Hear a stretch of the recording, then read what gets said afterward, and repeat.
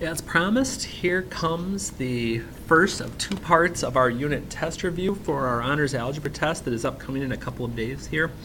Hopefully this helps you on those couple of questions you may have as you're going through the review at home, and this way you can get access to me 24/7 whenever you'd like. So here we go. First things here again, whenever we're dealing with an equation, we're trying to isolate a variable, we want to undo what's furthest away first. I'm going to undo the minus 18 by adding 18 to both sides. And then once I do that, I could multiply by 3 and then divide by 2. If you're more comfortable with that, that's fine. But I like to be able to get through this a little bit quicker. So I'm going to multiply by the reciprocal. And then again, whenever I've got a reciprocal, it's just multiply by the numerator, divide by the denominator. So 18 times 3 is 54. Divided by 2 is 27, and we're set with number 1.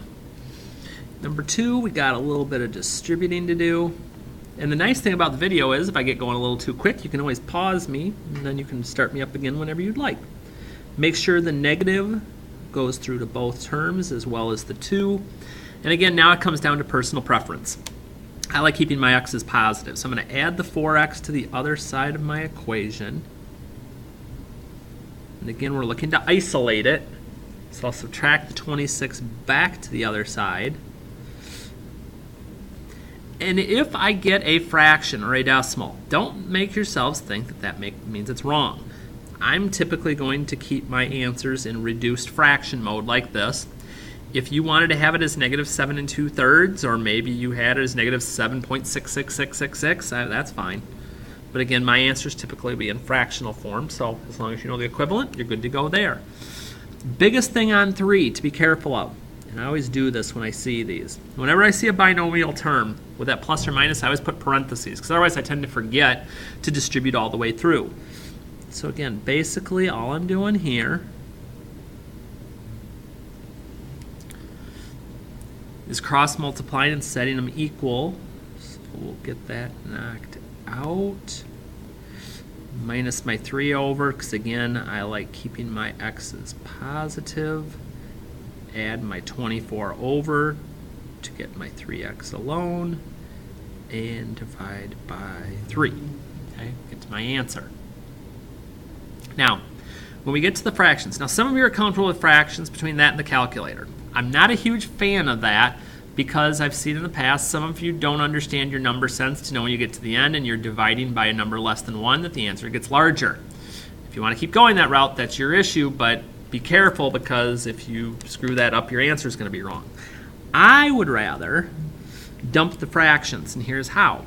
I'm going to find a common denominator by taking my unique denominators. Notice I'm just covering up this last 2.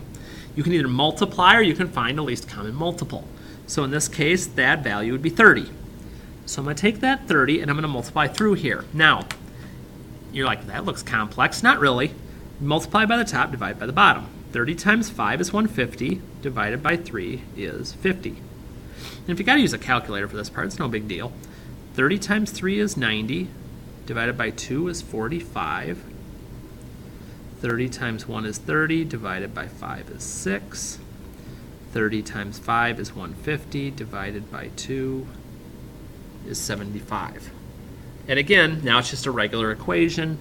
I'm going to get all my x's to this side, so subtract the 6 will be 44. Oops, got a little ahead of myself. Add my 45 over. Doing this live, this is scary. And divide by 44. Now I realize at this point that I am going to have a fraction. And again, some of you might do math N or N-er, some of you may just keep going in pieces until you get down to the answer like this. So either way is fine. And again, if you went to a decimal, I'm not going to scream and yell. I just normally keep it into the fractional forms. Now 5 is one that gets people in trouble. Isolate your fraction before you get rid of the negative 6, and here's why. A lot of people, if they try to dump the negative 6 right away by multiplying, they'll multiply the fraction by negative 6, they'll multiply the 16 by negative 6, but they forget about the 8. This is how we're going to avoid that. We're going to minus the 8 first.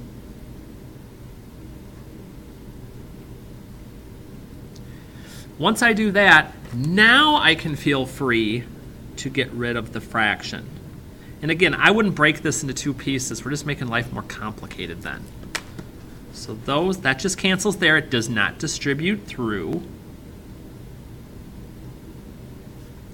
Minus my 10 to isolate my x term.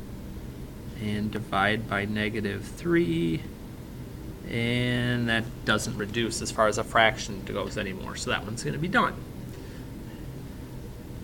And again, you'll be like, ooh, these are kind of longer. Because I told you today the test is going to be, it's sizable. It's 48 questions, I think I said. But you're going to start noticing here some of these questions are going to shorten up a little bit too.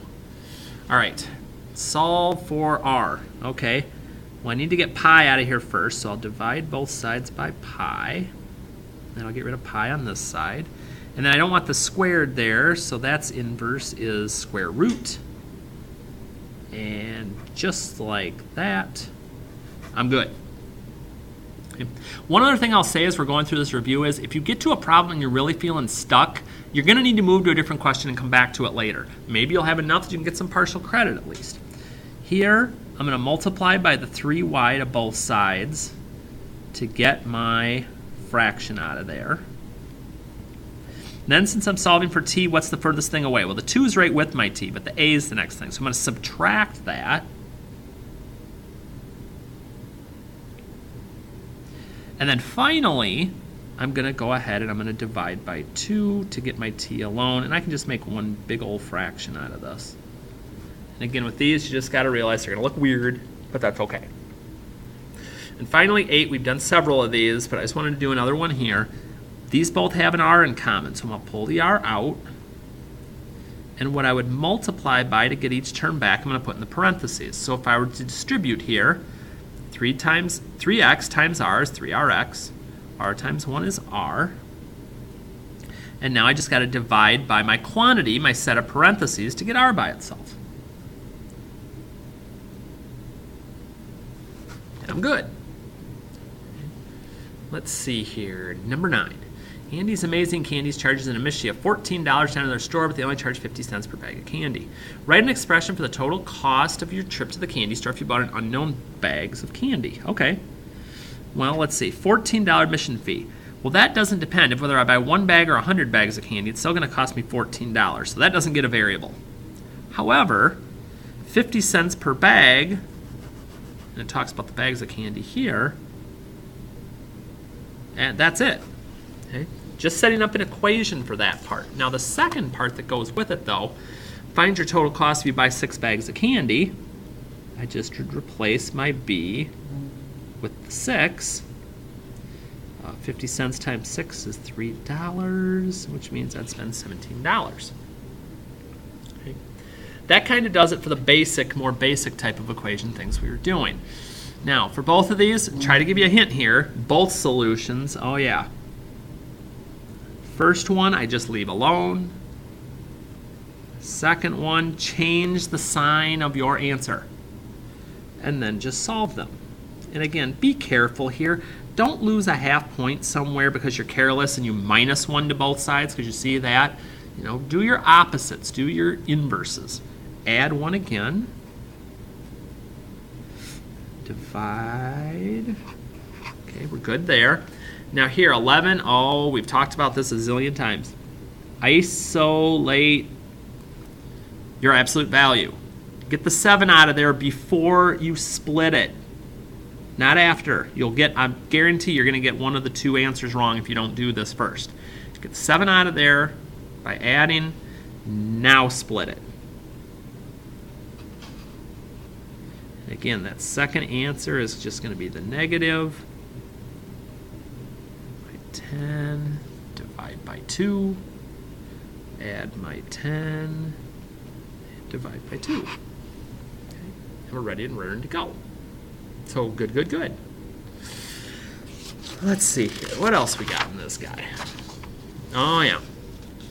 Absolute value with our inequalities. Now, again, hopefully you remember this whole thing with and being less than and or being greater than, but if you don't, that's okay.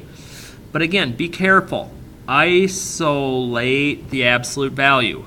Since I'm multiplying it by 2, I'm going to divide both sides by 2. And now I'm going to split it. Again, leave everything alone the first time. Second time, I got two things this time. Flip the arrow, switch the sign. So let's see here, -7 and greater than or equal to -9. Now remember, with an AND statement, or when the arrow's pointing at my absolute value, AND statements come together with their graphs. They collide in the middle. So when I'm graphing this, x is less than or equal to -7. Okay, that's a bracket. Less than's going left. Greater than or equal to -9. Okay, that's going to the right. They smoosh in the middle. And I go, okay. And then my interval notation is left to right. When I have the ones that combine in the middle, that's what ends up happening. Now, when it's an OR statement, ORs typically go out with their graphs. This time, my absolute value is isolated already.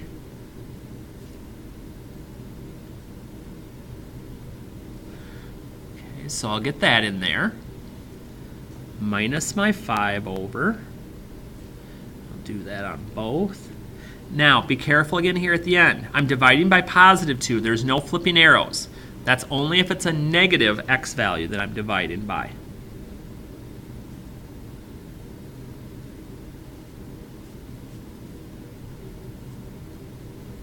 And again, ORs typically go out. Let's see if this one does. X is greater than -2. Parenthesis, going to the right. Or x is less than -3. Less than left. That looks good. And again, interval notation. This is going to be a long one because I got two separate parts. I'm way over here at -infinity until I get to my first stopping point at -3. Then I start back up again, -2, and go off to infinity. And again, getting ready for the part testing here coming up next year. We're going to do a little more explaining. What are the first two steps? Now we can actually go back to what we did in number 11 to get an idea for this. I need to get this isolated, and I got two things I need to work on. Work on what's furthest away first. Add 6, both sides. The both sides is important because if I only do it to the left side, it's not the same expression anymore. 2, now here you have a choice. I would prefer that you multiply by 2 to both sides. You're multiplying by the reciprocal. You could put divide by 1/2, but again, like I mentioned earlier, some of you still don't get, if you divide by a fraction that's less than 1, it makes your value bigger, and I'm just trying to get you out of that habit, so I'd prefer the multiply by 2. Okay, step functions. Step function, they look like steps. These are not lines. If you just connect the dots and make a line, that's not correct. So here, I'm going to graph this like I would graph the line y equals -2x plus 0. Except instead of making a line, I'm going to do my slope, and I'm going to make nice, deep, dark, filled in dots. And then again, there's steps, remember. Okay, I'm walking along, put an open circle. Oh, I'm falling. Oh, wait a minute. Okay, I just got caught by this one. Your steps are long enough to get you to the next value, and then you use the open circle to fall to the next step. And since it's a negative slope, we're going down to the right.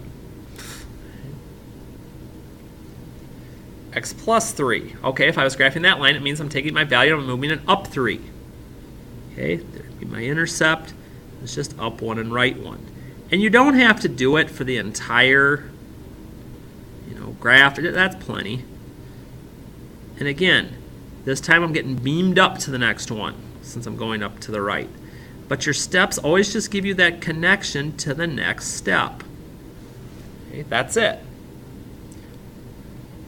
But again, no lines, steps. Oops, I see I was a little low there for a minute. Let you get a better look at that. Okay, evaluate. Now we're going to start doing the quick ones. Use the if statement to figure out which expression you're plugging into. F of 1. Okay, 1 is not less than 1, but 1 is equal to 1. So I'm going to stick my 1 in here. -2 plus 5 is 3. Negative 6 is less than 1. Don't let the fraction get you. 1 times negative 6 is negative 6. Divided by 3 is negative 2. Minus 3 is negative 5. And 0 is less than 1. So 0 minus 3 is negative 3. Okay, so far, so good. Now, piecewise functions. Most of you are okay with this at this point, but I'm going to stress a couple of things here. If you are just going to go with a pencil, and I'm going to do one of these with a chart and one of these with just a pencil and erasing thing, so you've got options. When I'm doing these, both of my lines have to start at x equals negative 2. Otherwise, I'm not doing this right. So here, if I were to graph this line, I'd go to 1, put a dot, and I'd go up 3 and right 1, up 3 and right 1, and then I'm like, oh, I'm running out of room here. Better do the double opposite. So instead of up and right, down 3 and left 1, down 3 and left 1, down 3 and left 1. Then I look at my restriction. X is negative 2. Okay, here's where x is negative 2. Let me find my point. Okay, right here. So I know a couple of things. With it being or equal to, that's going to be closed. So here, that's closed. And I want the values of x that are less than that, which is to the left. So I start here, connect to the left, erase the rest. I'm going to do the same thing for the other one. Graph my lines, so negative 1, down 1 and right 2, down 1 and right 2, whoops, down 1 and right 2. Better do a couple the other way, up and left. Notice they're all on the same point. Okay, so again, the line starts at negative 2. Oh, right there. This time it's going to be open because it's not or equal to. So that closed dot becomes open. And then I want the value, since it's greater than, to the right. And I don't want the other ones. Both my lines are starting at my restriction, and I'm good. You're like, whew, I'm not that great with graphing lines. Do I have an option? Yes. Now this takes a little longer, and again, we're on a little bit of a time, but you can make up for it in other places. The other option you could do would be to come into your y equals, type in the equations, okay, bring up a chart, and here's how this would work. Your chart for each of these start at this value, and since x is less than 3, I'd take a couple of values that are less for my x's. So then I'd go in my calculator thing here, and I'd say, okay, 3 is negative 1, 2's negative 2, 1's negative 3, and I'd say, okay, it's going to be open at my first dot, 3, negative 1, and then I plot my other 2 points and connect from my open dot to the others. And I'm going to do the same thing with my other expression. I'd go, okay, y equals clear. Let's start over here. Negative 2x plus 3. I just want the table. Again, I'm starting the restriction at 3, but now it's greater than 3. A couple of values greater. So at 3, I'm at negative 3. 4, I'm at negative 5. 5, I'm at negative 7. So 3, negative 3, and again, it's closed because of the or equal to. 4, negative 5, 5, negative 7, boom. And I'm good. Now, let me mention one thing here, because we're at the end of our first one. And I'd made mention of this in class, and I just wanted to say it one more time. You have the option, if you want, to have a note card like this that you would get from me, put anything you want on it, and use it on the test. However, that would cost you 10%. Now, you really want to think about this, because if there are several topics that you get to, maybe on Tuesday, and you're like, you know, I don't know if I can remember all this. And tests are such a huge component of the grade in here. I would consider taking the 10% just to kind of help myself. If you think it'll help you on 4 or 5 questions at least, it pays for itself and it's worth it. So just something to think about. But again, this card here costs you 10%. Just something to ponder. And that's the end of video 1.